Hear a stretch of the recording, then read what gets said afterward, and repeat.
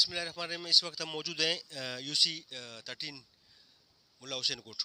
ये आप देख सकते हैं पीछे जो आलत है ये इलाके का।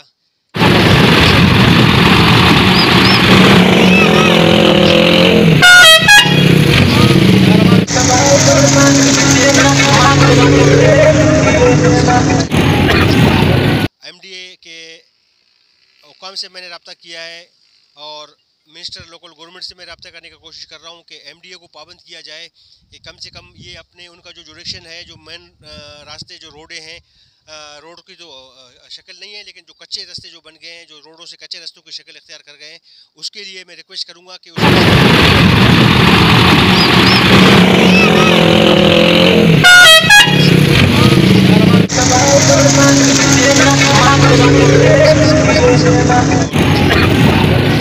ताकि ये मामला हल हों और लोग सुख का सांस लें। बहुत शुक्रिया।